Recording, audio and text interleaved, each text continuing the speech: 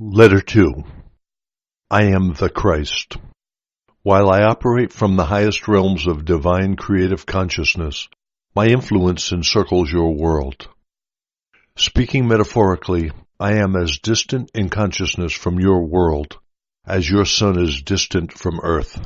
Yet if you call on me sincerely, I am as close to you as is necessary to help you. There will be many who will be unable to receive these letters. Such people are not yet ready for them. There will be those who will try to stifle their existence, since the teachings will be threatening their livelihood or religion. They will not succeed. These letters will be strengthened by opposition. There will be those who will receive these letters with joy, since in their souls they have known that beyond the religions of the world has been truth, the reality of existence. These are the people who will prosper and will eventually save the world from self-annihilation. I will now take up my autobiography from where I left off in my last letter. My purpose in giving you some of the biographical details of my entrance into public life as a teacher and healer is to bring alive for you my youthful attitudes and behavior, the circumstances of my attaining my own state of spiritualized humanhood. It is important you should be able to visualize Palestine as it was when I was on earth and clearly see the inner conflicts which my teachings aroused in the people indoctrinated in the Jewish beliefs and traditional rites. These conflicts lie at the heart of the Gospel's inability to record accurately all that I tried to teach them. In the Gospel are frequent references to my parables describing the reality of the kingdom of heaven or kingdom of God, whichever term the Gospel is used, but nowhere has any attempt been made to reach into the words themselves, explore the figures of speech, or lift out the spiritual meaning of the kingdom of God or the kingdom of heaven. As I speak of my true sermons given to the people, you will, in light of my experiences in the desert and of your own knowledge of scientific facts, be able to understand at last a little of what I was attempting to teach at that time. Since I was largely unsuccessful, it is imperative another attempt should be made to do so at the beginning of this age, this millennium, since it is on my privileged highest spiritual knowledge and insight that the next age will be founded and developed. It was and is essential for a teacher such as I and others have been, supersensitive and wholly committed mentally and emotionally to a search for truth of existence, to come to earth to coin words to describe to people on earth, imprisoned in words, what lies in the creative universal dimension in an unformed state. Were it not for such inspired teachers, people on earth would have remained in ignorance of all that lies beyond the earth, ready for contact, to be personally experienced and absorbed to promote future spiritual evolution. Not only this, the Bible is said to be the most widely read book in the world. In its present form, it has served its purposes.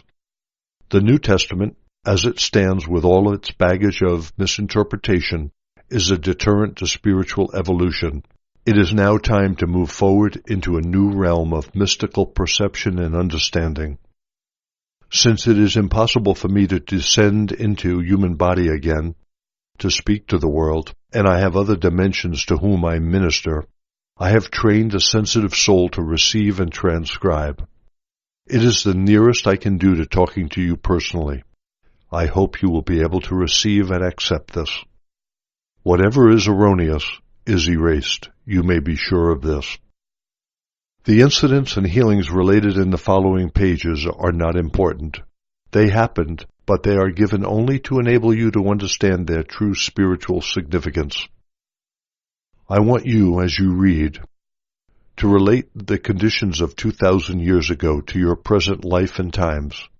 I want you to regard the persona of Jesus as an icon of what can eventually be achieved by every human being who is ready and willing to become a founder member of the kingdom of heaven on earth. Although people of your present world are what you call sophisticated, big-headed in their modern knowledge and learning, versed in contemporary manners and in new ways of relating to one another, basically, the people all those years ago were the same as yourselves. They were controlled and motivated entirely by their twin impulses of bonding, rejection, desires, repulsion, even as you are. They loved, hated, criticized, condemned, slandered and gossiped, possessed ambitions to rise to the top of society, despised those who were failures in life, secretly slept around, as you call it, and taunted those who were different in any way to themselves. To help you fully understand and enter into my time on earth, my consciousness has descended to your plane of earthly existence to experience yet again the persona of Jesus and the emotions and events in which I was involved. When I left the desert and put foot to the road leading to my village of Nazareth, I was still elated, exuberantly joyous in the knowledge so gloriously revealed to me in the desert. I focused my thoughts entirely on all that I had learned, and if my thoughts strayed to my former negative forms of thought, I swiftly turned to the Father for inspiration and determination in overcoming them. In this way, I returned constantly to the light of awareness and understanding. Some people looked at me askance, seeing my joy and also my dirty, unkempt appearance. Was I happy with drink, they wondered? Others looked at me with abhorrence. Instead of reacting with anger as in the past, I remembered that I had been blessed with visions and knowledge they could not even begin to imagine. I blessed them and prayed for their inner vision to be similarly opened and continued peacefully along the road to my home. There were villagers, however, who viewed my pitiful state with compassion and hurried into their houses to fetch me bread and even wine to help me on my way. There was always someone who offered shelter for the night. The Father Life indeed supplied all my needs and gave me protection as needed. All this time I said not a word about my weeks in the desert. I felt that the time was not yet ripe. Eventually I reached my hometown Nazareth, and the villagers openly scoffed, pointing at my filthy self and tattered clothes. Dirty, lazy layabout were some of the kinder words thrown at me. I came to my mother's door with a feeling of dread, since I knew she would be more shocked than her neighbors when she saw me stand in front of her. Thin, bones showing through skin, eyes sunken and cheeks hollowed out, face burned black, and lips blistered with the sun, and beard grown long and straggly. My clothes. She would be outraged when she saw my clothes, their original color wholly obscured by desert dust and the cloth torn and ragged. I mounted the steps and braced myself to endure the heat of my mother's fury. When I knocked, my sister came to the door. She looked at me, open-mouthed, wide-eyed and frightened, then slammed the door in my face. I could hear her running to the back of the house, screaming, "Mother, come quickly! There's a dirty old man at the door!" I could hear my mother muttering crossly to herself, hurrying to the door. Flinging it open, she stood, rooted in shock.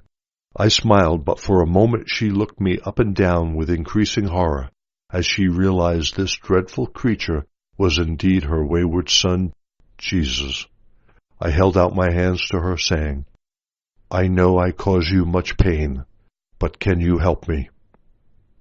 Immediately her expression changed, and drawing me inside, she secured the door. "Quick," she said to my frightened sister, "stop that noise and put water on to boil. Your brother is starved. It doesn't matter what trouble he has got into. He belongs to us. He must be looked after." Gently, she helped me take off my clothes and bent me over a large container of water and scrubbed me clean.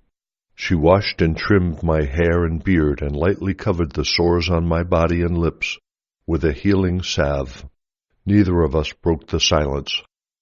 I savored the love she showed me and tried to show my gratitude by a more gentle and sensitive approach. Having helped me put on a clean robe, she sat me down to a frugal meal of bread, milk, and honey. Reluctantly, she gave me wine to pick up my strength, but it was obvious she thought that wine had been the cause of my shocking plight. Then she led me to a bed and placed a cover over me. I slept for several hours and woke refreshed to a morning, bright with sunshine seen through the window.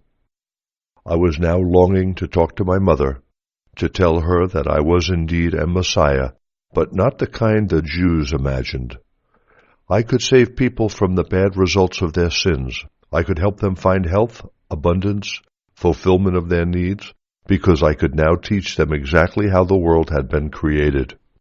As I tried to tell her, she started off by being excited and delighted.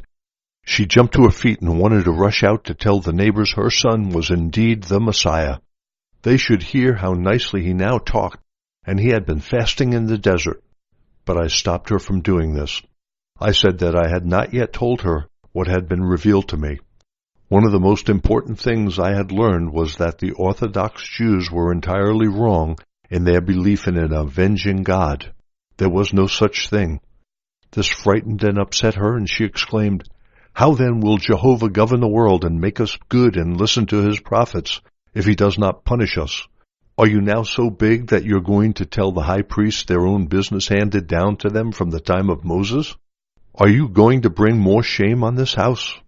She began to cry, saying with anger, "You've not changed a bit. You've only changed in what you are saying. You have brought me nothing but grief. How could I ever believe that you would be a Messiah? You will only lead people into greater torment than ever before with your strange ideas." My brothers heard her wailing and came running, wanting to turn me out of the house. Because I did not want a disturbance, I offered to leave peacefully. If this was how my mother reacted, I could be sure that everyone else would react in the same way to what I wanted to tell them. I realized I needed a quiet time of absolute rest and silence in which to collect all my thoughts and experiences together. I would have to pray for inspired guidance on how best to approach the Jews with my message of good news. I was sure that the Father life would meet my need, and I would find the right accommodations somewhere. My mother, although furious with my seemingly big-headed attitudes, was nonetheless torn with her feelings of love and compassion for my emaciated condition. She rejected everything I appeared to stand for: rebelliousness, contempt for the Jewish religion, high-handed attitudes toward authority, my self-will and arrogance. But she still loved me and was deeply afraid that I would eventually land up in greater trouble than I had ever thought possible. She admonished my brothers, telling them to hold their noisy arguments and turn to me. "You can stay here until you are better," she said. "Perhaps while you're here I can talk some sense into you. I can tell you now, if you go out into the streets and begin talking as you have to me, you will end up in even worse state than ever. Good people will spit and throw their rotten rubbish over you. You are a disgrace to your family." So, despite her anger, I laughed and thanked her, and kissed her warmly. Gladly, I remained with her, knowing very well that underneath her anger, she was deeply anxious for me. She fed me well and made me good new clothes. I appreciated all she did toward improving my appearance, as I knew that to move freely between rich and poor, I must be acceptably clad in decent garments. At times there were food shortages in the home. Drawing upon the power of my Father, I replenished them, saying nothing. Neither did she. I knew she wondered sadly whether to all my other bad habits I had now added that of thief. Then she caught me with a freshly baked loaf in my hands and knew that I had not been out of the house to buy it, and neither had the stove been in use that day. She said nothing, but gave me a long, pondering look. I could see her attitudes change at that moment. She was no longer sure of her ground. She was beginning to question her own attitudes toward me, and also the truth of my statements. What really happened to him out in the desert? How could he make a loaf of bread without fire, flour, and yeast? What does it mean? Is he the Messiah? Then my brother cut his hand. He was in much pain when it festered. He allowed me to put my hands on his wound and quietly pray. I could see that he felt the power flow into his hands because he looked at me strangely.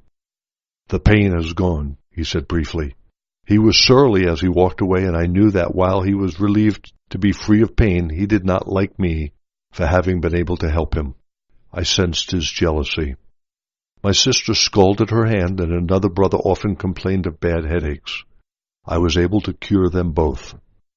My brothers and sisters began to joke about my magic powers. They questioned what evil I might do to them if they angered me. The tension in the home deepened, and I felt sadness for my mother, who longed for peace in the house. But she saw changes in my behavior and was comforted. I was quieter, visibly controlled likely outbursts, reined in my energy, curbed impatience, no longer argued. I became more caring, listened to her womanly grumbles, helped her in the house by repairing broken furniture, and walked the hills to distant farms to find the fruits and vegetables she wanted. I came to love her tenderly and compassionately as a mother should be loved. One day she ventured to ask me, "Do you still say that Jehovah is a myth?" Job said that if Jehovah were to withdraw his breath, all flesh would collapse together. That is the Jehovah I believe in and saw. "No one has seen Jehovah," she said firmly. "I saw that which has brought all things into being," I replied quietly. "I call it the Father, because it is perfect love, love more perfect than a mother's," I added, smiling at her. "It works in, through, and for all its creation. It is the Father in me which has brought you the things you needed in the house and healed my brothers and sisters so swiftly." I could see she was beginning to understand a little of what I said. "What of sin?" she asked. "There is no sin as we understand it. We are born to behave as we do. We have to find a way to overcome our human thoughts and feelings, for they separate us from the protection of the Father and bring us sickness and misery. When we have learned how to overcome the self, we will enter the kingdom of heaven." My mother turned away silently, obviously pondering what I had said to her, but no longer angry. I knew she was thinking about my statements and realized they would be turning her safe and well-known world upside down. Without her belief in a Jehovah threatening dire vengeance if mankind was unruly, she would feel lost and insecure. She would wonder how the world would ever manage if it was left entirely to men to control the evil doings of themselves and others. Even kings and governors were wicked in their actions. Without Jehovah to rule and punish sinners, where would it end? While regaining my strength, I studied the Scriptures diligently to enable me to meet the Pharisees and the scribes with confidence. It was also imperative I should know what had been written of the Messiah, because I was convinced I was he of whom the prophets had spoken. I could indeed rescue, save people from misery, sickness, and poverty, even restore them to health and prosperity by showing them the truth concerning the kingdom of heaven and the reality of the Father. When I felt I was sufficiently prepared to go out and teach and heal, to please my mother, I agreed to go one Sabbath to the synagogue in Nazareth to speak to the congregation. As was customary, I stood up and was handed Isaiah to read. I chose the passage prophesying a Messiah would come who would release the Jews from every type of bondage. "The Spirit of the Lord is upon me, because he has anointed me to preach the good news to the poor.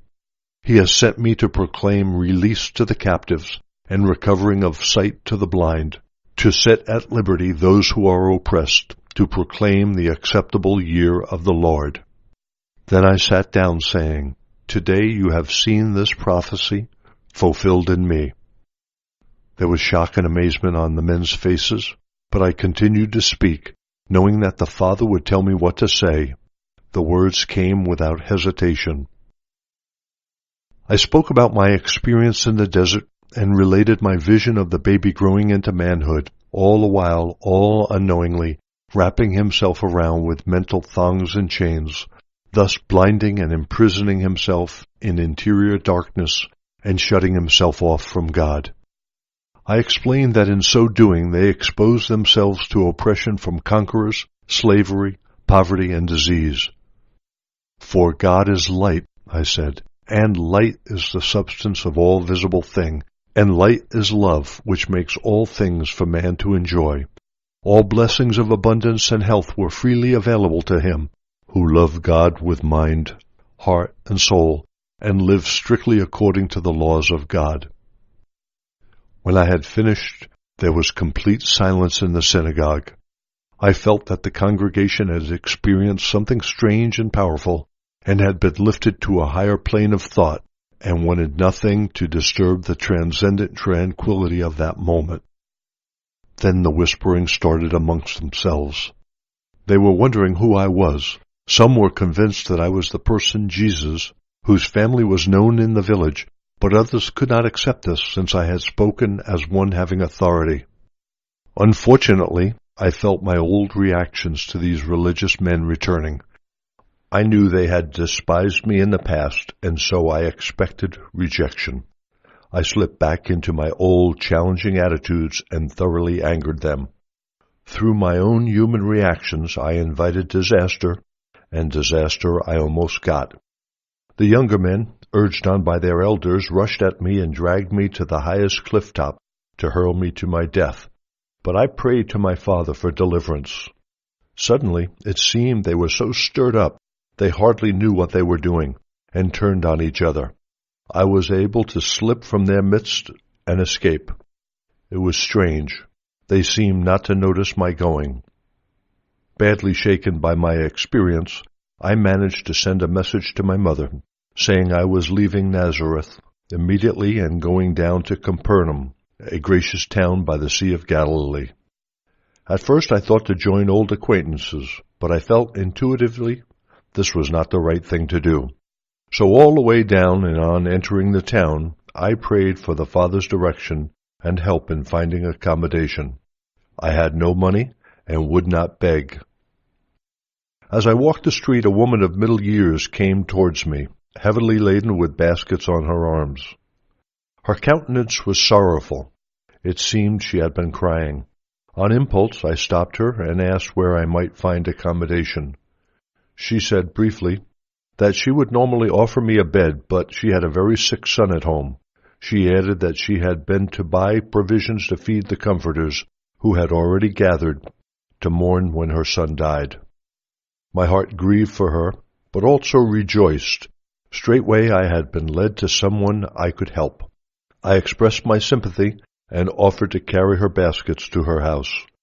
She looked at me for a moment, wondering who I might be, but was apparently satisfied by my appearance and demeanor. On the way, I said I could probably help her son. "Are you a doctor?" she asked. I replied that I had received no medical training, but nonetheless I could help him. On reaching her house, large and well built of stone, indicating social standing and prosperity, she took me to her husband, saying, "This man says he can help our son." He nodded morosely, but said nothing. The woman, Miriam, drew me away, saying he was distressed and very angry. "The boy is our only son amongst many daughters, and he is blaming God for giving the child the sickness." Miriam wept. "If he speaks like this against God, what other troubles will be heaped upon us, I wonder?" "Take comfort," I said. "Shortly your son will be well again." She looked doubtful, but led me to the room in which the boy lay. It was hot and stifling, and filled with gloomy, talkative well-wishers. I asked the mother to clear the room, but the visitors were resistant. They wanted to see what would be done, and only left reluctantly when Miriam called her husband to speak to them. I could hear them arguing with the father in the next room. What did he think this man could do if the doctor had been unable to help the boy? The father came into the room to see for himself. His son was deathly pale and had a high fever. The mother explained he could not keep his food down and had loose bowels. He had been like that for several days and had lost so much weight the doctor had said nothing more could be done for him. He would probably die. I placed my hands on the boy's head and prayed, knowing and silently giving heartfelt thanks that the father life would flow down through my hands and into his body. Thus the healing work would be accomplished. I felt extreme heat and a tingling vibration in my hands, and the power pouring into his frail body. I was overcome with joyous thanksgiving. How great, how wonderful was the father life when released to do its natural work of healing. His father and mother, looking anxious, wondering what would happen next, held each other's hands and watched intently.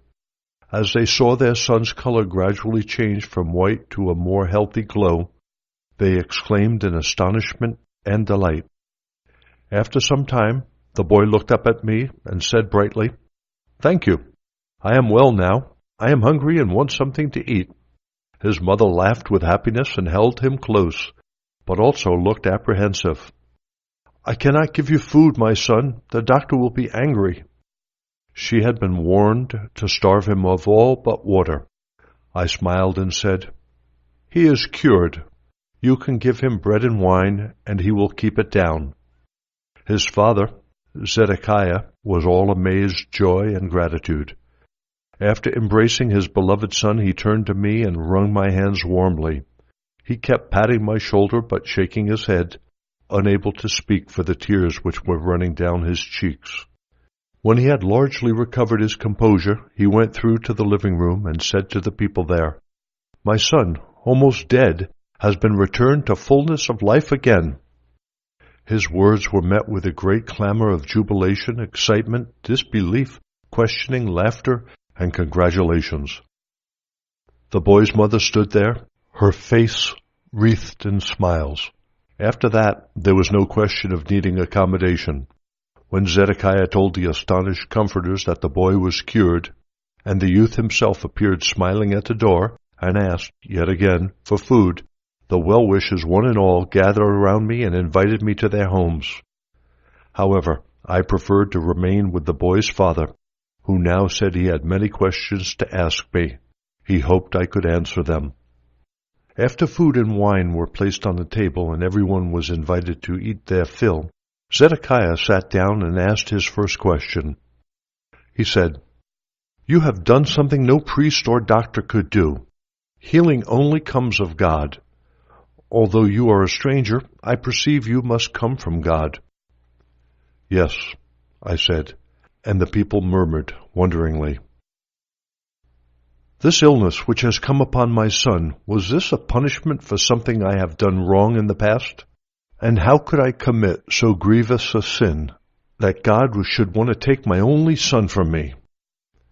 Many of the people nodded when they heard these words. "You have asked the question I most want to answer, Zedekiah. God gives us life and being. He would not snatch these away as a man would snatch some treasure from another man because he is angry with him. This is the way that mankind behaves, not God. And God is not placed on a throne in some part of the sky, like human kings sit on thrones and govern their people. This is the human way, and a human belief, not truth. The way of God is far beyond anything the human mind can devise or dream about. I alone have seen that which has brought us into being, and I know that it is not the kind of God taught by the rabbis. I saw that it is perfect love, and for this reason I would rather speak of the Father, for I have seen that it works within every living thing, keeping them in a good state of health, even as a human father works to keep his children well fed, clothed, and protected within the shelter of a home. I have seen it within everything in the world." "How can that be?" a man asked doubtfully. "It is not possible for an individual being of any kind to be everywhere at once, but the air is everywhere, although we cannot see it. Nonetheless, we know and do not doubt it is very real and very important to our existence. If there were no air and we could not breathe it, we would die. The movement of air, which we call wind, we cannot see, but we can see it agitate the leaves and drive the clouds across the sky. So we know the air is around and above us and is strong. And now I would ask you, what is the most real and valuable part of a man, his body or his mind?" Some answered it was the body. Otherwise he would have no place on earth, could not work, could not be seen, would not be known. Others said they thought that his mind was more important than his body. And I answered, "His mind is the most important part of him, since without his mind he could not power his body. He would not eat, drink, sleep, move, plan, or live. Yet we cannot see mind. We can only know we have a mind because of the thoughts it produces and because the thoughts fashion some kind of action in our lives. We believe mind works through the brain, Yes, it does. For how could brain born of flesh produce thoughts, feelings, ideas, plans? And now it should be clear to you that this is how the Father is present within all things. It is the directing mind behind the human mind, working its great works within every living thing. We know this is so, for we see the marvels it brings about.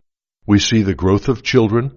We see the food they eat miraculously changed into another substance which nourishes and makes them grow. How this happens, we do not begin to know or even imagine. Even if we did know, we would still not know what set such an important life process to work in living bodies of every species. See how wonderfully the bodies of each species is fashioned and created purposefully, expressly to transform the kind of food they eat into nourishment to grow bone, blood, and flesh. Now you show us these things, we can see they are truly marvelous, a young man exclaimed. They are. We see the young bodies going through their various stages of development, and we see their minds keeping pace with their physical development until the youths and maidens begin to long to find a spouse and to become parents themselves.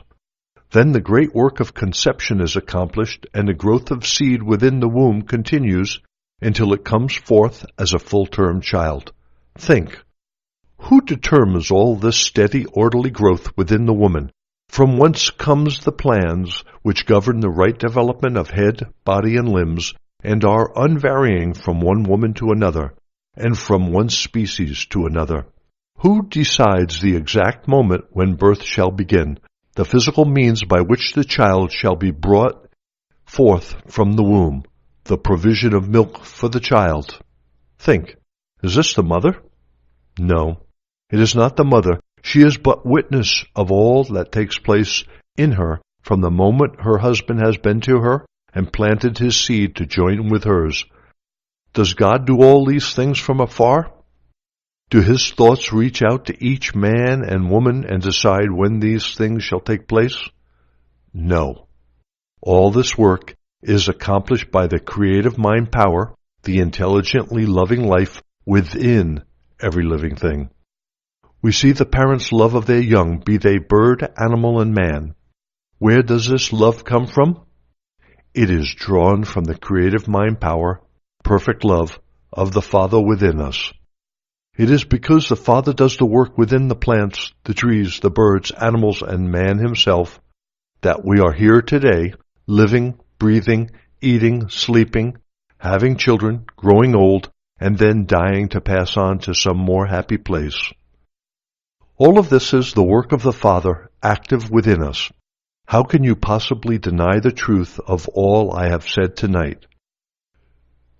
Today you saw a dying youth brought back to fullness of life again within a short time. Was it I who healed him? Not at all. Of myself I can do nothing. It was the life that is the Father active within all things which came in full force to repair an ailing body and bring it back to full health again, because I believed it would and did not doubt. There were sighs of satisfaction in the room. New light, new interest, even new gentleness showed in their faces. Why then does man suffer so grievously? Miriam asked.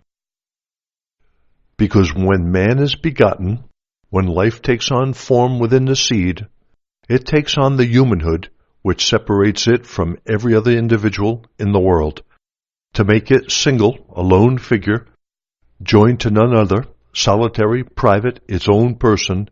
It becomes subject to, is controlled by two mightily strong impulses in his earthly nature, to hold fast to all things he greatly desires, and to reject and push away all that he does not want. These two most basic impulses in man underlie every single thing he does throughout his life and are entirely responsible for the trouble man brings upon himself. Although the Father is active within man, it has nothing of humanhood in it. Therefore, The Father holds nothing, rejects nothing, condemns nothing, does not even see wrongdoing. All that man does which man calls sin is only of this world, and is only punished within this world. For it is a law of earthly existence, as you know, that whatever you sow, you will reap as a like harvest. Because he draws life and mind from the Father, man himself is creative in thought, words, and deeds. Whatever he thinks, says, does, and believes returns to him in like form some time later. There is no punishment from the Father. Whatever ills come to mankind is of their own making entirely. People murmured that this was a new teaching altogether, and yet it made greater sense than all that they had been taught before. Several voices urged me to tell them more. I tell you, in me you have seen the life active as healing. Follow me and you will hear of the path you must walk to find happiness. In my words will you find the truth of existence, never yet revealed by any other man. It has been said of the Messiah, he will utter secrets hidden from the beginning of creation. I tell you truly, these secrets you will hear from me. If you listen carefully and grasp their meaning, and practice their truth and hold fast to their laws, you will be made new and will enter into the kingdom of heaven. After I had spoken, the people were quiet for a moment, and then there was a clamor of excited talk. But Zedekiah stood up and said it was time for the household to settle down. His boy needed sleep, and his wife and daughters, too, were weary after all their weeping. It was arranged that the next morning I should go down to the harbor, and sick people would be brought to me. Thus I was able to launch my mission, and everything was speedily arranged for me in the best possible way. It seemed that if I did not heal, there would be no interest in and no acceptance of all I had to tell them. Healing demonstrated the truth of what I wanted to teach, and my teachings would explain the reasons why I was able to bring them healing from the Father. When I woke the next morning, I felt joyously alive with the expectation of wondrous things to come. After I had broken my fast, I set out with Zedekiah toward the town harbor, my heart aglow with love for everyone I passed. I greeted them warmly, telling them I had good news for those who wanted to hear it. When I reached the jetty, I found men, women, and children seated on the ground, awaiting my arrival. Some held out their hands to me imploringly. These looked very ill, some were crippled, many were covered in sores.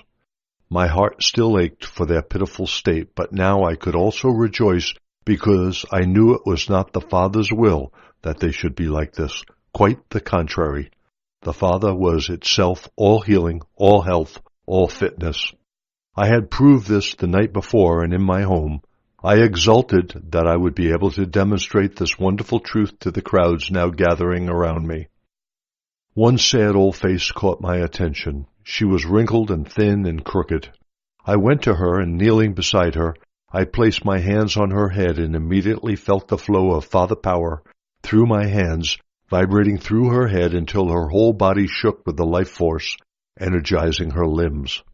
People watching this were astonished and wondered what I might be doing to her, but others quieted their objection. Gradually, her limbs began to unbend, lengthen, straighten. Her face became alive with the joy of returning strength. I helped her to stand up. Then she stood proudly by herself. She was so overcome with happiness she began to weep, then laughed and danced, calling out to people. "Praise God," she said, "praise God." And others standing there took up the refrain. They were all deeply moved by what they had seen.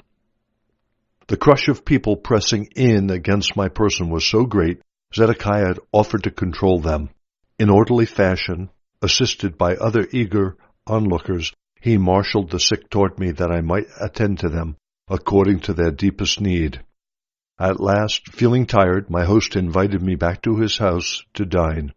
He sent away those whom I had not been able to heal for lack of time.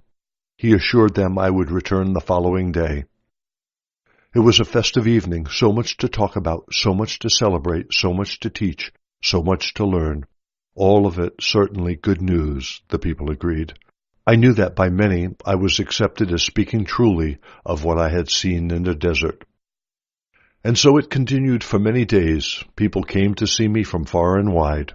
Zedekiah and others of his friends helped me to control the crowds to enable me to heal and teach. The people listened gladly.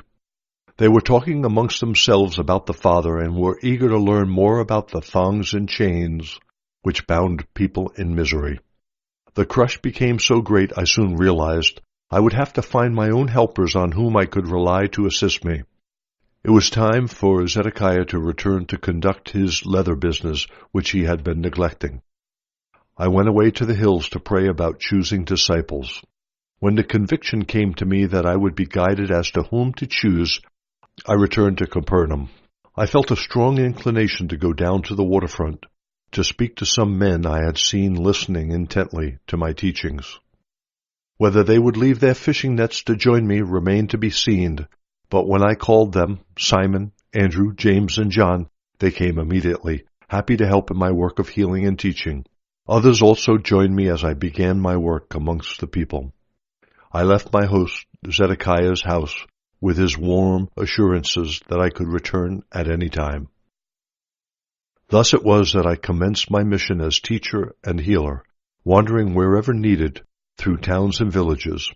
Before setting out, I gathered together the young men who had consented and were eager to help me. They would be listening to my teachings and would be mystified by much of what I wanted to say. It was vital I should first explain the background to all that had been revealed to me in the desert. I told them that despite my previously lazy way of life, I had always had a profound compassion for people. It was my compassion that made me turn from the God taught by the rabbis. When I spoke of my total rejection of a punishing Jehovah, I could see the doubt and shock in their faces. At considerable length I explained that I questioned how it was possible to speak of a good God when there was so much suffering endured by innocent children. As I spoke, I saw their faces gradually relax. I continued to voice my previous doubts and anger until I saw their expressions change into those of acceptance and then full agreement. I discovered I had put to them their own doubts and questions, which previously they had never had the courage to put into words. As we spoke together, I could sense their relief that they were no longer alone in their secret resistance to the rabbi's teachings. I told them there came a time when I began to realize ever more clearly that I was wasting my life. I wanted to change and felt very strongly I should go to John the Baptist as a starting point, as it were, to the commencement of a new way of living. I described what happened during the baptism and my 6 weeks in the desert.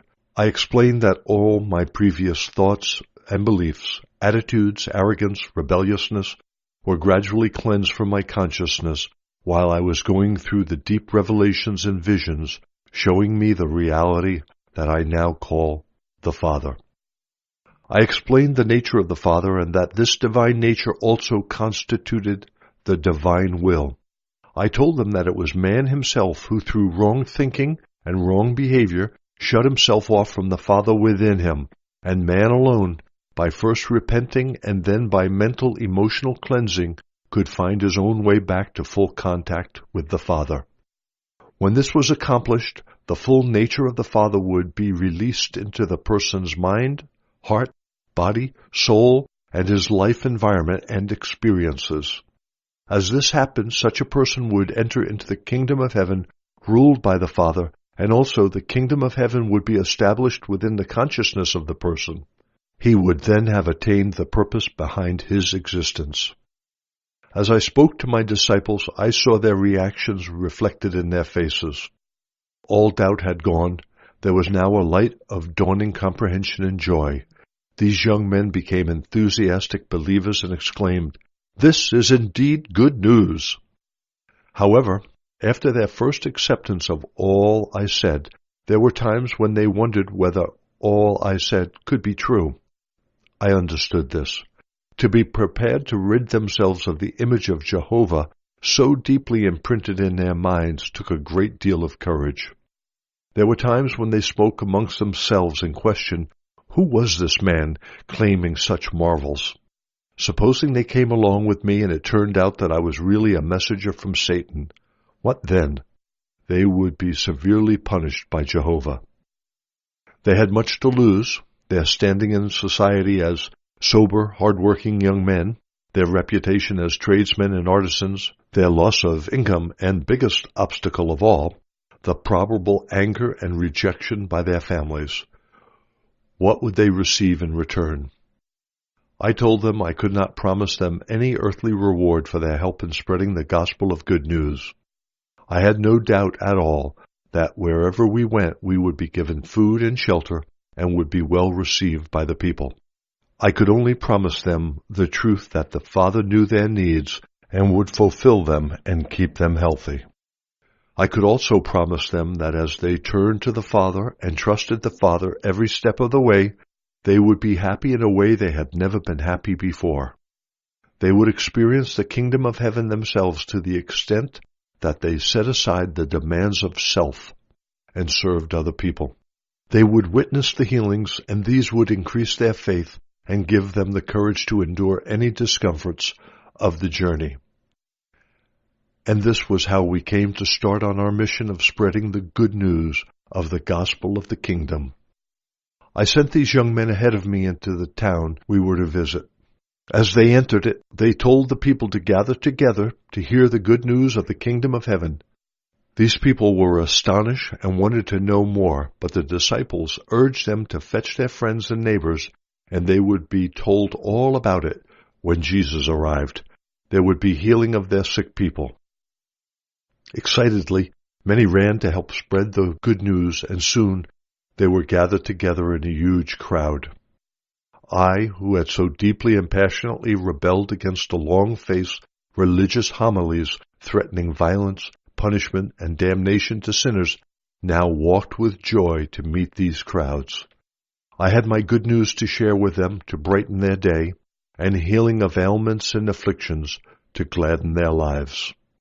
Whereas before, I moved among people selfishly and empty-handed, taking their goodwill and sometimes their handouts with little gratitude, I came now with an abundance of life-giving possibilities for everyone who is prepared to listen to my words and take action to improve his quality of life. I want you, who are reading these pages, to fully understand my position at that time, my state of consciousness after my illumination in the desert, and the persona I presented to my countrymen as Jesus. There have been so many conjectures that I am about to give you the truth. I was born to have, when mature, a fine physique, strong, aquiline features, a remarkable intellect, and a love of mimicry and laughter, but like so many of you today, I took no care of my earthly talents. At the time of going into the desert, my face and manners were what you might call downgraded from what they should have been. While I had begun to examine and rebel against what I had become, my intellect had also suffered from misuse, constantly engaged in arguments and dissensions over religion, and indulging in flippant speech. I made people laugh.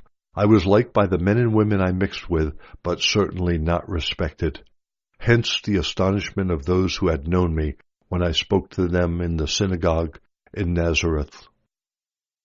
While my mother nursed me back to good health, I made powerful use of the knowledge and enlightenment given me in the desert. This restored me to the man I was meant to be. When I started my mission, I was fully aware that I was the only one with supreme knowledge of the secrets of creation and existence itself. Therefore, I could say with perfect confidence, no one has seen the Father but me. I knew that all that man believed in so wholeheartedly was false, not real. I knew that I had been specially fashioned and designed by the Father for this mission. I had been blessed abundantly with the physical energy, vitality of speech, and the ability to devise meaningful parables to enable me to pass on the message successfully and in a form that would never be forgotten.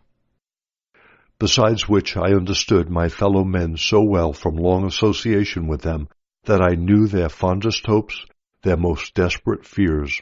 I knew what made them laugh and prompted them to mockery and derision of the rich and pompous. and I knew, also, how deeply so many, young and old, suffered silently and bravely. I knew and experienced deep compassion for the populace which lived in fear of, or endured, the verbal whiplash of Pharisees and bowed down to the tax laws of the Romans. I knew how their proud Jewish spirit was bruised by the conquering Gentiles, whom they were forced to honor with their lips and hand and knee salutations, yet whom they despised behind closed doors. I knew and fully understood the lives and thinking of the populace. I had previously thought their thoughts, felt their resentments, endured their kind of anxieties in time of lack, felt powerless in the grip of the Roman governance. I now knew that none of this suffering was really necessary. Knowing as I did the reality of existence, the reality of universal God, I could clearly perceive the foolishness of the Jews in authority who were imposing a burdensome way of life upon the populace, which was wholly erroneous and in direct contradiction of the truth of being. The situation made me deeply angry. Therefore, I knew I had been perfectly fashioned and honed to become a purified instrument of divine action in Palestine, driven by my passion for truth and driven by my compassion for my fellow human beings. Hence, I called myself Son of Man, because I knew exactly what mankind was up against in their daily lives. Furthermore, I had perfect confidence I could achieve my objectives in bringing the truth to the people and thus be instrumental in changing the quality of their lives. For that reason, although I knew right at the outset of my mission that there would be a penalty to pay for all I proposed to do, turn the known Jewish world upside down and inside out, I was prepared to face up to it and go through it, could not evade it, because I loved people with Father love flowing through my heart and being. For Father love is the essence of giving itself into visible being and visible existence, and growing, protecting, nourishing, healing, and fulfilling all the needs of all creation made visible. I knew I was the Father's gift of salvation to the people, to the world, not as they supposed and taught down the centuries, salvation from punishment meted out by an angry God to sinners, but to save people from the daily repetition of the same mistakes in wrong thinking which created their misfortunes, poverty, sickness, and misery. Because I loved the human race so deeply, I was prepared to teach and heal in defiance of the Jewish priests. I was prepared to die on the cross for what I had truly seen in the desert, knew with all of my heart, and wanted to share to the last drop of my ability to do so. This is the truth behind my crucifixion, and all the rest you've heard is man-made conjecture arising out of the Jewish practice of burnt offerings in the temple. I was a gift from the Father to mankind to help them surmount their ignorance of the laws of existence and find the true path of life, leading to the joy, abundance, and perfect wholeness of the kingdom of heaven. These were the perceptions, the desires, the intentions and goals, and the thoughts which I bore within my mind and heart. This was the earthly, mental, emotional framework clothing my spiritual consciousness, hidden within the head and figure of Jesus. It was my spiritual consciousness channeled into the above forms of thought and feeling which impelled me to set out on a 3-year journey to bring the people what I fully believed was the final rescue from their own blind thinking and feeling, which were creating their own troubled lives.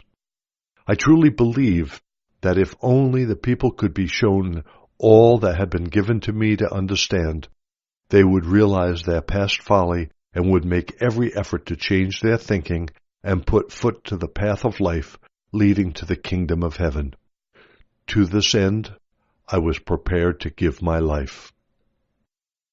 Because of the wrong interpretation placed on my mission by Jewish teachers, my true message has been distorted out of recognition, and the purpose of these letters is to bring to the people of this new age the truth of what I really spoke to the crowds in Palestine. Therefore, returning to my recounting of those days, let me take you back to a special day which bore fruit amongst my listeners and made a lasting impression in the minds of my disciples. Hence, for me also, it was a particularly meaningful day. I took time off from the pressure of people to go into the hills to pray and meditate, to recharge my spiritual batteries by making a deep, strong, more powerful connection with the Father within me. This connection was so rapidly obscured within my consciousness when I was busy amongst the crowds that I was exhausted.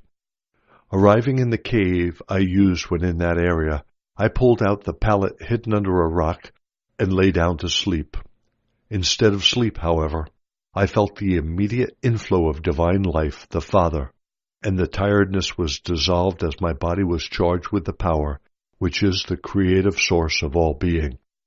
I was lifted in consciousness into golden light, and as I was traveling upwards within this light, it suddenly changed to purest white, and I knew that in consciousness I was now at the portals of the equilibrium, which is the eternal, the universal, the infinite dimension beyond all conception of human mind. I observed the light, but was not of it, nor was it powerfully within me, since this was the God dimension of the void, the no form of the universal equilibrium. But it communicated with me and infused me with its glowing love. It impressed in me yet again that it was the creating, perfecting, healing process, love, governing all existence. I knew that wherever there was lack, there would eventually be fulfillment, even as waters flow to fill a lake. Where there was misery, there would be joy, because it was the nature of the universal to move into any living thing in need to bring fulfillment and joy. I knew that where there was no growth, circumstances would arise to promote the growth. I knew that where there was a sense of failure, challenges would be provided to spur people into success and self-confidence. I saw that this love work constantly initiated by the Father in the lives of overburdened people might not be recognized as a gift of love by the recipients.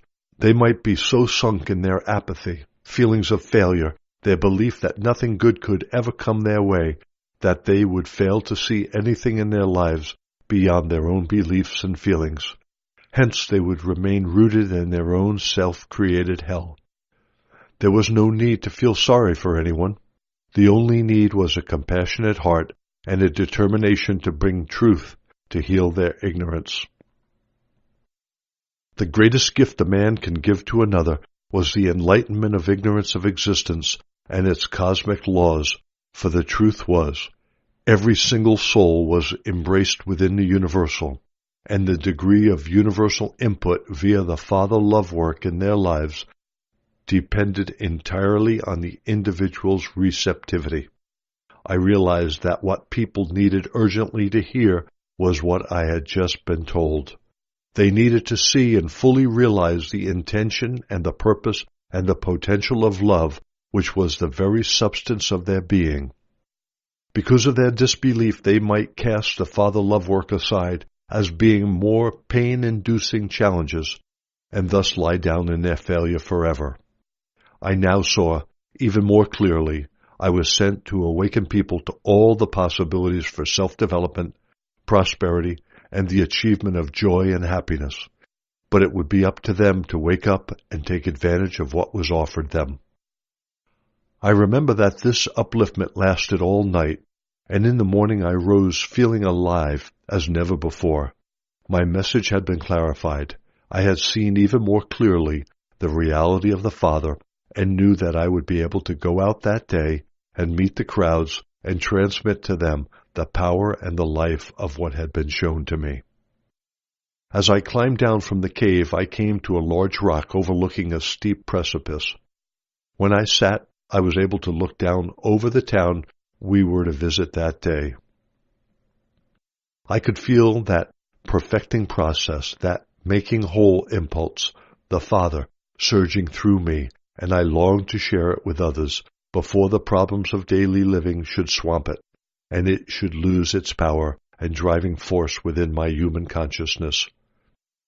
My disciples joined me a short while later, On entering town, they spoke to the people and directed the gathering crowds to move onto the sloping ground below the dwelling places. Standing on a large rock in their midst, I began to speak. I found that the passion and the joy, the yearning, longing, and conviction were all spontaneously poured into the words I spoke to them. You are sorely pressed down and weary. Your tasks grow heavier as you get older, your bellies are often empty, your clothes get threadbare, people make you angry, and you feel there is no end to your trouble and heaviness of spirit. But this is not the truth concerning your existence. Your lives were intended to be very different. If you could only see beyond your feelings, if you could only lift your minds to make contact with the Father within you, you would be able to see and know what your state of existence should be. You would realize you were created to enjoy abundance, protection, good health, and happiness. But because daily you live in fear of good and evil, and believe and expect these more than you believe the Father is abundant life and love within you, supplying you with all the things necessary for health and well-being, it is your most feared good and evil experiences you attract into your life and bodies. Your beliefs in good and evil obscure, cloud over all that the Father has in store for you. If only you will believe in Father love. You judge your todays and expect your tomorrows, what you have experienced in the past. Therefore, are the ills of your yesterdays continually repeated in the future. You are enslaved by your memories and your undeviating belief that what was past must return again and again to burden and wound you. You do not need to heal your bodies or try to make your lives better. You need to heal your beliefs. I have told you there is nothing solid under the sun. If you could heal your beliefs, bring your beliefs into line with the Father's true intention for you, the wrong beliefs governing your bodies and lives would dissolve like mist in the sun. Your every circumstance would immediately come back to the divine intention behind all creation. You would find that for every difficulty, for every lack of every kind, there is always a means to end the difficulty. There is always a filling of your basket to meet your needs. What do you think happens when the sick come to me and I lay my hands upon them? Am I thinking about the illness? Am I wondering if the person will be healed? Am I afraid that Father might be sleeping or is so far away I cannot be heard? No. If these were my disbelieving thoughts, there would be no healing. When a person approaches me for healing, I immediately rejoice because I know that the power, which is the Father, is within me, ready and waiting to heal the moment I ask. I give thanks because I know that the Father's will is health, not sickness. Therefore, I pray that the Father's will be done in the sick person. As I remove the belief in sickness from the sick person's body and know that the Father's will of health is flowing into his system, so does the appearance of sickness, change into the reality of Father health, and the body is made whole once more. Sickness is nothing more than a lowering of vitality, a reduction of life within the affected part. Restore Father life to the true intention and plan of your system, and the entire system functions as it should. You have been told that God sends sicknesses, plagues, famine, destruction to nations when they do not keep his law. You've been told that you yourselves are punished by an angry God for sins you have committed. What is punishment but evil doing under the guise of goodness? I say to you that evil does not come from God. How can God be of two parts, good and evil? It is only in your minds that you conceive good and evil. Only in your hearts do you think and feel it. These thoughts and feelings have nothing to do with the true God, which is the Father within you, bringing you every good thing, if you will but believe this is so. It is your belief in good and evil, and the good and evil in your hearts, which brings you sickness. In reality, you live within the kingdom of heaven, and the kingdom of heaven is within you, and you are governed by the Father. But because you believe in the punishments from God, believe that only sacrifices in the temple will save you, believe that you are heir to sickness, poverty, misery, you create with your minds the very things you do not want. Be not downcast. Rejoice and be glad, and know that those who experience lack, far from being punished and abandoned by God, even though they have sinned, are truly blessed.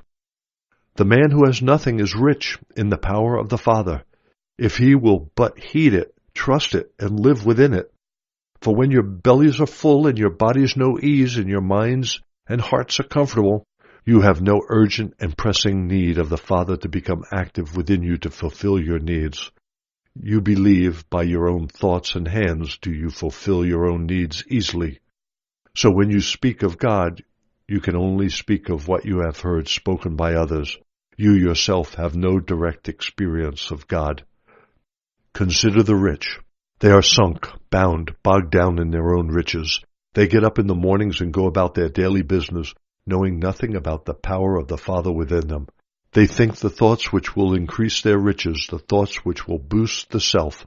They send out commands which will burden those who serve them. They live their lives according to their own choosing. Therefore, because they draw their limited life only from their own limited human thinking, arising from their bodily minds and hearts, they get sick and experience as much misery as does the man who has nothing. They do not realize they are only half alive, because they are not in touch with the source of life, the Father within them. Neither do they ever see that much of the good which has come into their lives is not of their own devising, but is the love work of the Father hidden within them. The religious leaders are at ease in their own comforts of positions of authority. They have no need of anything beyond their own physical satisfactions. Because they have no personal knowledge of God, they must read, from their holy books, the words of holy men spoken 1,000 years ago, and tell the people what they think the words mean. But all they speak is drawn from their own little minds, which are imprisoned in the comforts of their lives, sunk in the expectations of what they shall eat and drink, and what apparel they will wear to impress the people. They know nothing of the inspiration which gave birth to the words spoken by the prophets all those centuries ago. Neither do they know whether those words are what you really need to hear at this moment, for times have changed. Believe me, the rich and the religious leaders are strong in earthly things and do not want to be moved on from all they regard as secure and everlasting in their traditions and observances. Any deviations will shake the foundation of their beliefs and therefore of their lives, and so they build mental defenses against the inflow of the power of the Father. They too get sick, and they, in their own way, know misery as you do, who have no earthly comforts. There is no difference between you who have little in life and those who have it all, for rich and poor alike get sick, make enemies, find themselves alone. But the potential for you gaining more than the religious and the rich can ever hope to gain in health, happiness, good fellowship, achievement in your chosen way of life is enormous. And when it is all accomplished, you will know that the opportunities, the ability, the inspiration, all came from the Father within, because you will know you could never have done such things if you had not asked the Father within to help you use all your talents to put plenty of food in your cupboards and clothes on your back and happiness and a good life for your children. All these things will the Father do for you, if you will but ask, and believe, and know, and remember at all times that it is the Father nature to create and then provide abundantly for all its creation. Just as you would not willfully deprive your children of the things they need, so will your Father never willfully deprive you of all you need for a happy life. If you are poor, it is because you have not yet understood the nature of the Father, nor have you understood that you must work with the Father to fulfill your own needs. You must immediately grasp the divine opportunities presented to you to help you forward. If only I could show you and make you see and believe that when you mourn, your sadness is known to the Father. In time your sadness will be changed to joy if you will but turn to the Father and watch the work the Father love is doing in you. You will find comfort beyond anything you thought possible. How blessed you are when you are hungry and when you are thirsty, for your needs are known to the Father. Shortly those needs will be satisfied if you cease to wail and begin to pray to the Father and ask, believing you will receive. How can you believe that to eat and be properly clothed, you must first go to the temple and offer burnt sacrifices of the Father's own living creatures to pay for your sinning? Can you not see that the living things you burn have been created to enjoy life even as you've been created to enjoy life? They have been created to be a blessing and blessed on this earth, even as you have been born to be both blessing and blessed.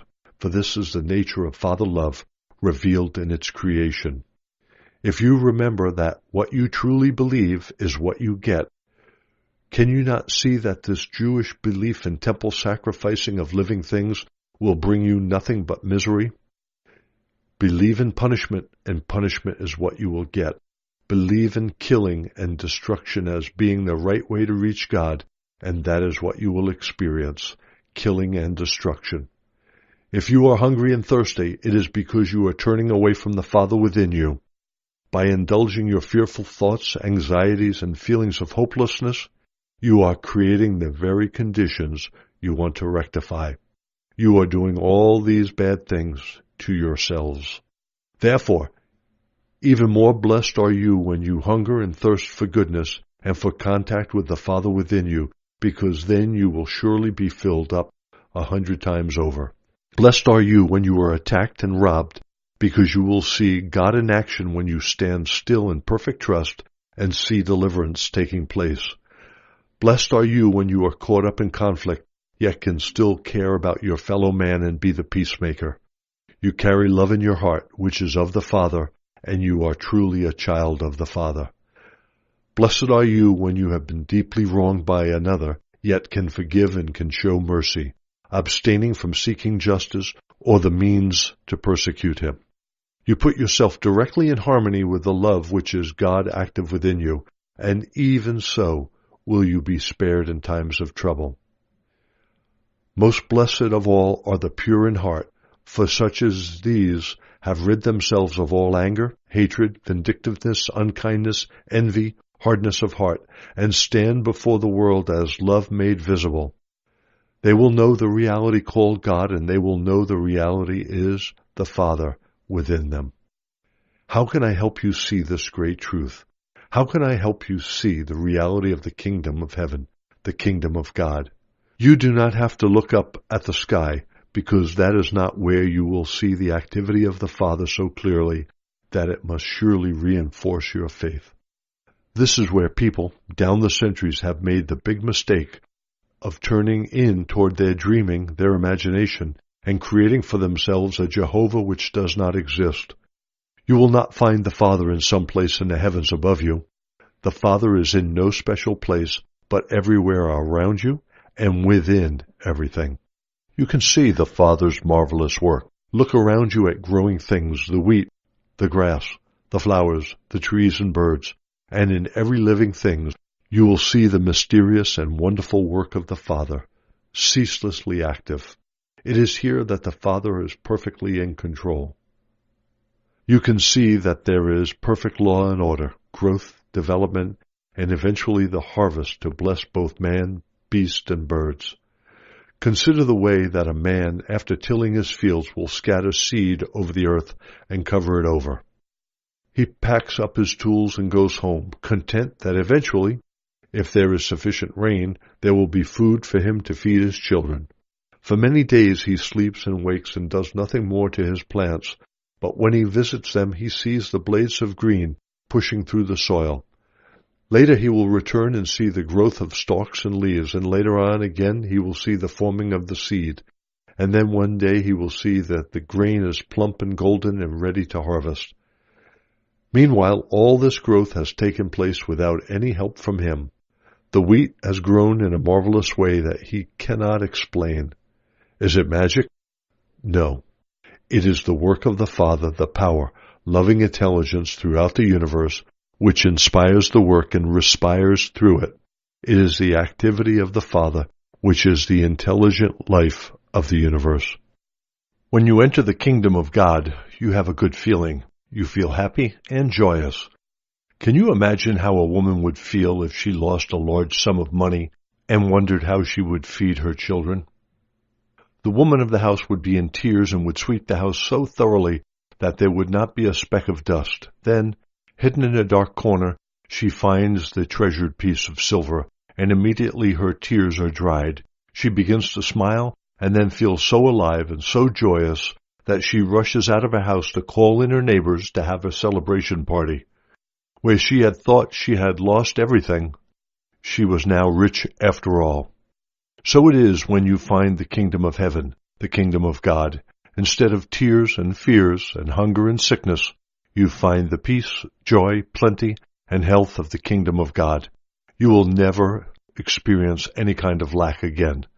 The kingdom of God can also be likened to a very rich man who was a dealer in pearls.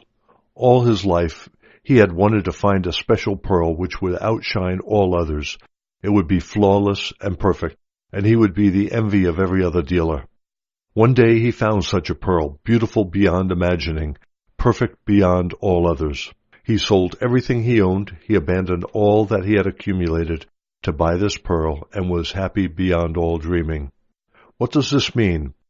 It means that all the things he had previously valued in his life, his richly furnished house, his valuables, his way of life, plenty of food and drink, he gladly gave them all up in order to possess the treasure beyond price, the knowledge leading him into the kingdom of God, where happiness is a state of mind which cannot be touched by the outer world with all its cares and worries.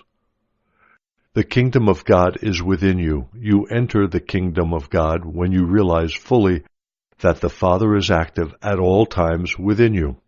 It is a state of mind, of perception and understanding that the reality behind and within all things visible is the Father, and is beautiful and perfect, and that all things which are contrary to beauty, harmony, health, abundance, are the creations of man's wrong thinking. How I have grieved over you who suffer, but you do not need to suffer if you listen to what I have to tell you. But I must warn you that the path leading into the kingdom of heaven is difficult to follow because it means that first you have to deal with yourself. What is the self you have to deal with?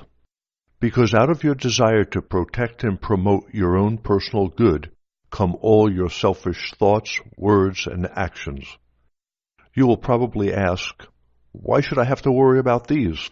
If what you say is true, that there is no punishment, that God sees not our evil, then why should we be concerned about the way we behave? There is so much here to be learned that I hardly know where to begin. As I have explained, you draw your life from the Father. Therefore you draw your capacity to think and love from the Father. Even as Father intelligence is creative, so is your consciousness creative. With your minds and hearts you actually form the plans of your own lives and experiences. And what kind of lives do you plan and form in your minds? If someone annoys or hurts you, you may retaliate in some way or another. You believe that if your eye is taken, you must expect the adversary's eye in return. You believe that whoever kills should be killed as punishment and compensation. You believe that whoever robs you should pay the price, that whoever steals your wife should be stoned along with your wife. You believe in the extraction of payment for every evil thing that comes your way. Since it is human nature to hurt others, and you have been taught to retaliate, your lives are a continual scene of warfare. Warfare in the home amongst husbands, wives, children and neighbors, and public figures, and between nations. Your Father knows nothing of this warfare in your lives, but knows the stress in your minds and bodies arising from this warfare, but can do nothing to ease your pain until you yourselves stop the warfare. You yourselves must cease your fighting and live in peace with your family, neighbors, employers, public figures, and other countries. Only then can the Father love work take place in your minds, hearts, bodies, and lives. Only then will you be able to recognize and see the love work being done in you and for you by the Father. Remember also the great law, you reap exactly as you sow. You cannot pick figs from brambles, or grapes from thorn trees, or harvest wheat from weeds. Think about this and understand this parable, because it is very important to you, not only today, but also throughout all your days and years to come, even into eternity. So if you want to change your lives, change your thoughts. Change your words arising from those thoughts. Change your actions arising from the thoughts. What is in your minds will create all your experiences, your sickness, poverty, unhappiness, and despair. A man shouted out to me, "Tell us, teacher, how do we remain peaceful with our neighbors when they themselves will give us no peace?" I said to him, smiling, "When your neighbor comes to you and says he has to travel some distance away and does not want to go alone and asks you to go with him, what do you do?" The man laughed. "If my neighbor wanted to take me away from what I was doing, I would not be pleased. I would tell him to go find someone else to go with him, as I was busy." "And how would your neighbor feel?" I asked. The man shrugged. "I don't know." "And next time you needed him to do you a favor, how will he respond to your asking?" The man was no longer laughing. He did not reply. Another man said, "He will swear at him and tell him to go elsewhere for help." I said to the people, "He has answered rightly. And how will he feel?" I pointed to the man who had first spoken, smiling at him. A woman shouted above the laughter, "He will tell everyone he meets what a selfish and miserable neighbor he has. Perhaps he will want to hurt him in some way." There were shouts of agreement, and I nodded, yes. He will have forgotten that he was once asked by his neighbor to walk 1 or 2 miles with him, and he refused. He will not see the law of reaping and sowing at work in his life.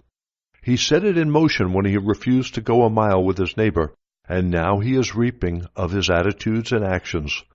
Of what use to be angry when he has created the situation all by himself? The people laughed and nodded and spoke to one another. Never before had they heard such knowledge of human behavior. Here was an entirely new teaching. I said to them, "I advise you, when your neighbor comes to you asking you to walk a mile with them or anything else that will make him more at ease and happy, first think about what you would like him to do for you if you also have a need. How would you like him to respond to your request?" A murmur swept through the crowd, and I could see they understood what I was telling them.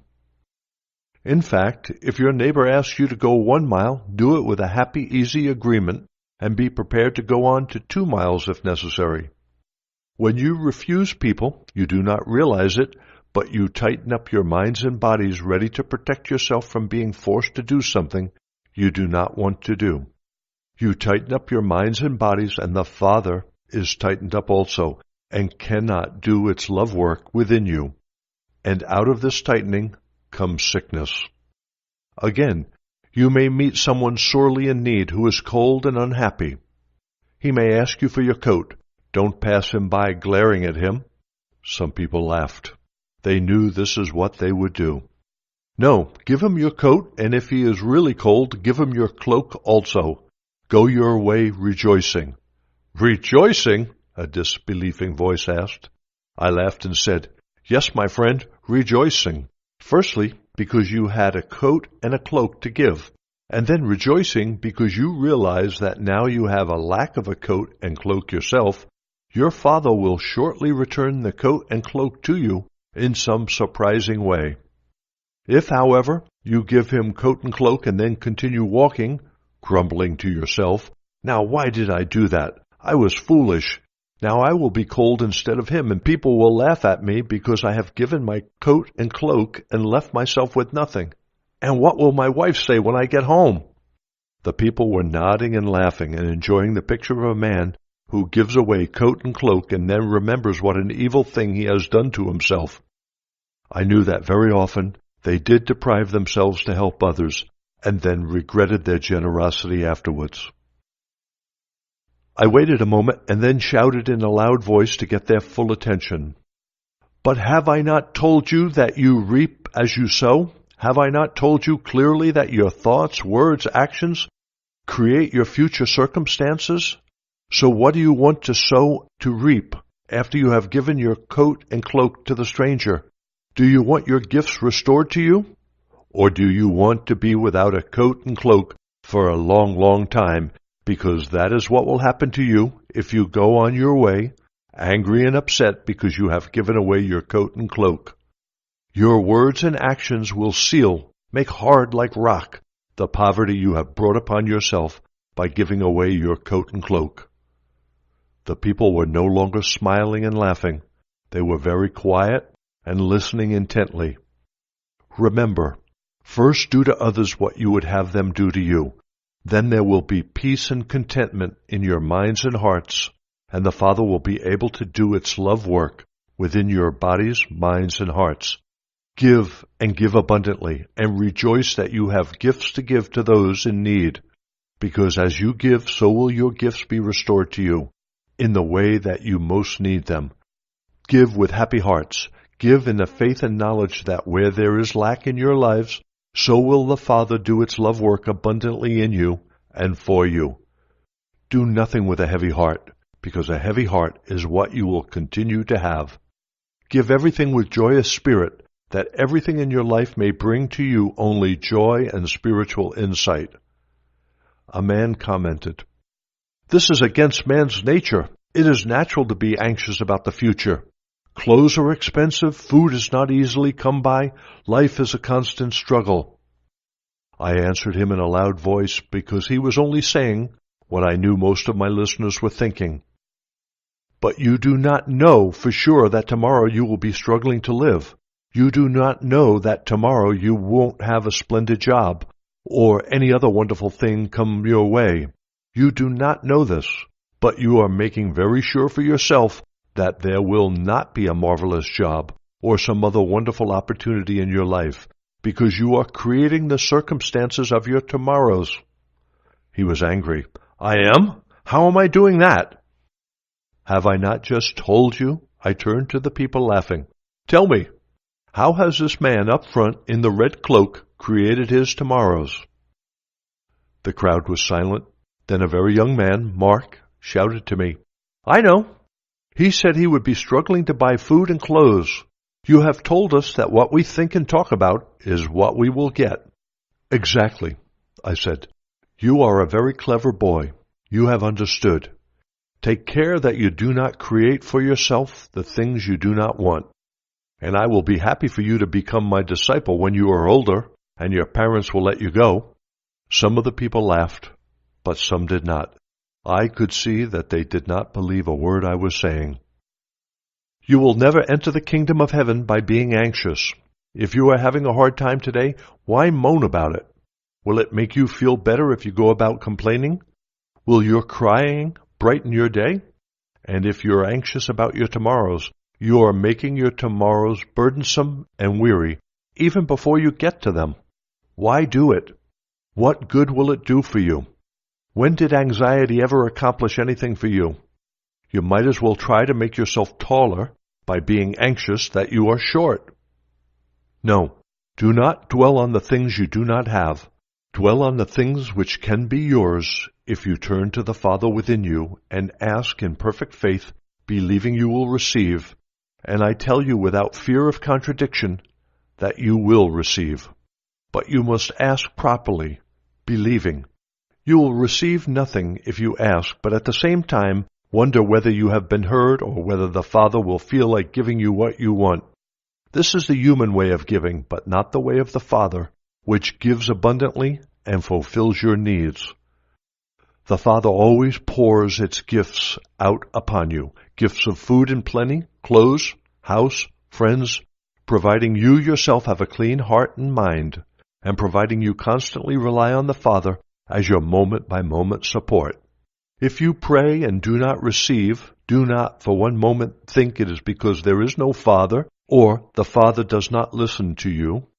Rather, you must ask yourself, what is in you that is preventing the Father love work being done in and for you? If you go to the altar to pray or offer a gift, and on the way there you remember that you have quarreled with someone, turn around and go to that person and make your peace with him. Then, when you approach the Father in prayer, you will have a clean and pure mind, and you will be heard by the Father, and the Father will be able to respond, giving you all you need in the peace and quietness of your being. If you still cannot believe that the Father cares for its creation, look about you at the radiant flowers in the fields. How beautiful they are! Consider the brilliant thought which has gone into their design, their beauty. Where will you find the colors that you see in their petals? With all his wisdom, Solomon himself was not able to have such beautiful clothes made for himself.